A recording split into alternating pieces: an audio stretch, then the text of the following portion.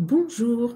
Alors, aujourd'hui, je fais cette vidéo pour accueillir, pour remercier les personnes qui me rejoignent dans le groupe Respire avec Tecla. Tu as peut-être remarqué, et je me permets de te tutoyer, salut à qui tu es.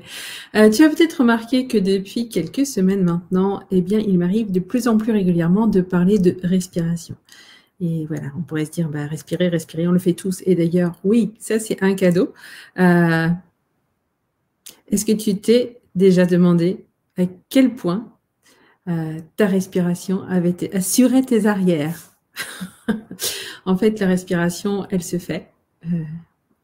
On la vit en permanence sans avoir besoin d'y penser. Et je pense qu'on peut avoir de la gratitude pour notre corps pour ça. Voilà, parce que la respiration assure nos arrières et que même si on n'y pense pas, eh bien, on va respirer. Ça, c'est quand même rassurant. Parce qu'il y a des tas de choses. Si on n'y pense pas, elles ne se font pas. Mais en même temps, voilà, si on ne pense pas respirer, on respire quand même. Par contre, il y a beaucoup, beaucoup de possibilités avec la respiration.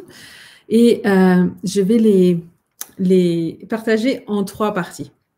Tout d'abord, en fait, la respiration, on peut en être conscient et on n'en est pas forcément conscient. Notamment, les choses pour lesquelles on peut être conscient, c'est que est-ce que je respire par le nez ou est-ce que je respire par la bouche?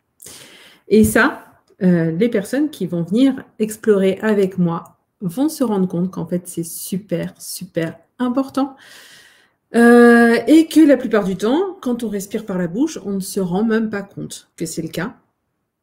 Je me souviens d'il y a quelques années, j'étais allée voir un ostéopathe qui m'avait trouvé tendu des mâchoires et puis je m'étais dit ben non, je comprends pas, je me sens pas, moi je me sentais pas spécialement tendue. Et en réalisant il y a quelques semaines qu'on pouvait respirer par le nez ou par la bouche et que ça changeait beaucoup de choses, je me suis rendu compte que je respirerais par la bouche, souvent en journée, la nuit ou à chaque fois que je dormais, quasiment tout le temps. Et qu'en fait, quand j'ai la bouche ouverte pour respirer, eh bien, oui, ma mâchoire d'en bas, elle est un peu plus détendue. Et donc, sans doute que ça crée des tensions. Donc, ça s'expliquait, ce truc que je n'ai pas compris de l'ostéopathe s'expliquait en fait par le fait que je ne respirais pas par le nez.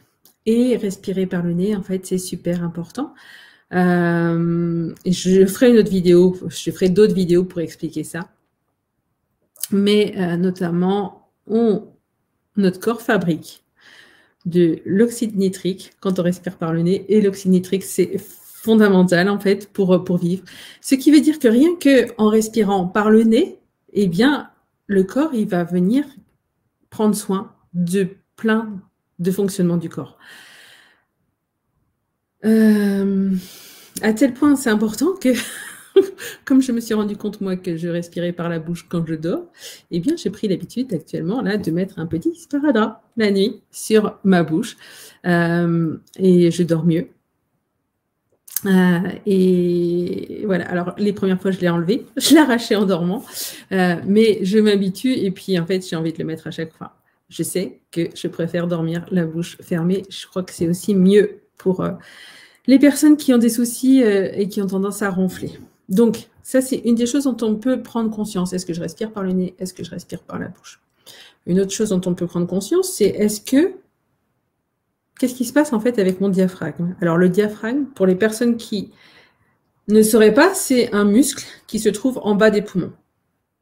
Et en fait, pour que le maximum d'air rentre dans les poumons, eh ben, le diaphragme s'abaisse. C'est ça qui crée en fait un vide et qui fait que les poumons ils prennent plus d'espace et qu'il y a plus d'air qui rentre.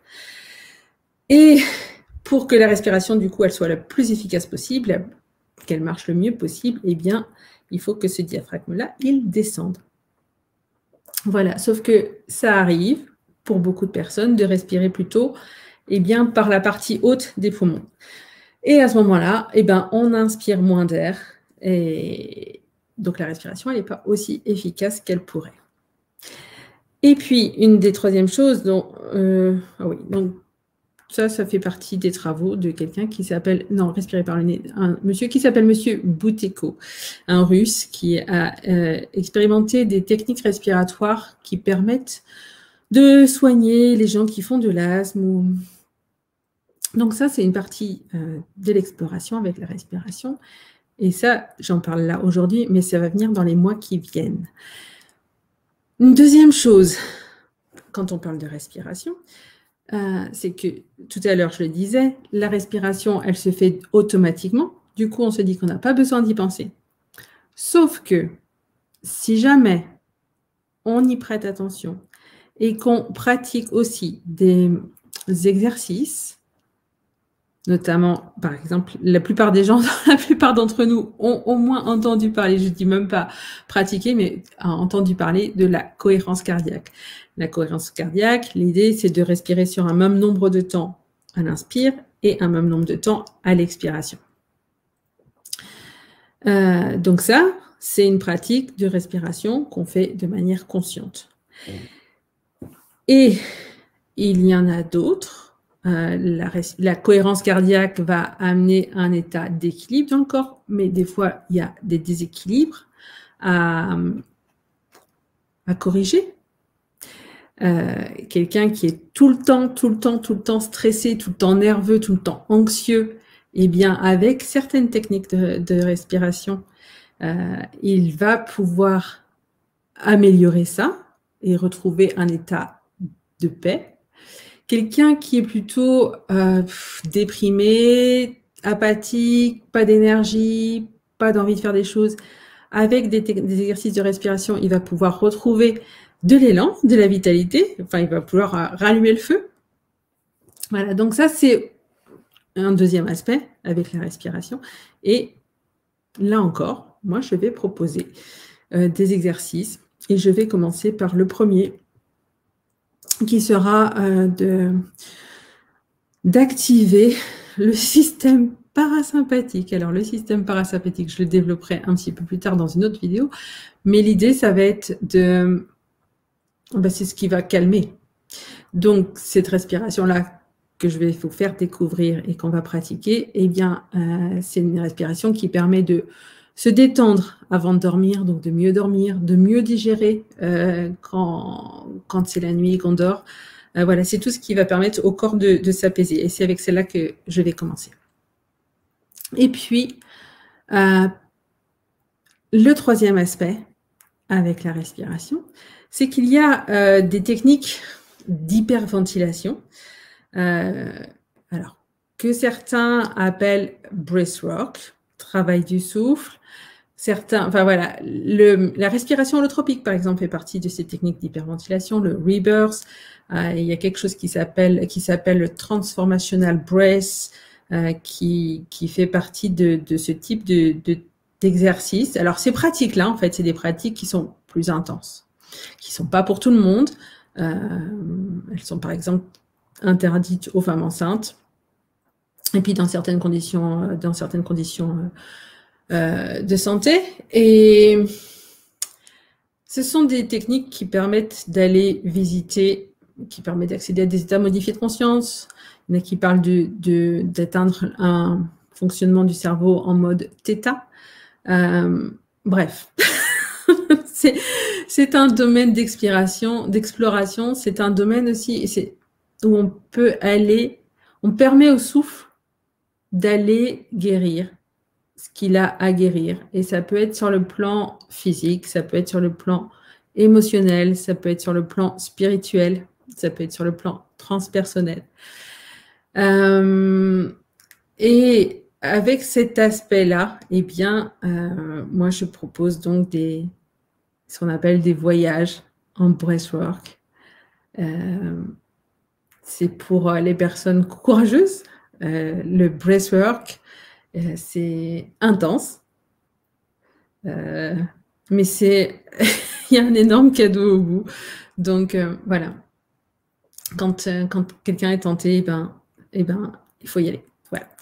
Donc c'était pour souhaiter la bienvenue, pour décrire un petit peu les différents aspects que je vais explorer avec toutes les personnes qui auront envie de venir explorer avec moi.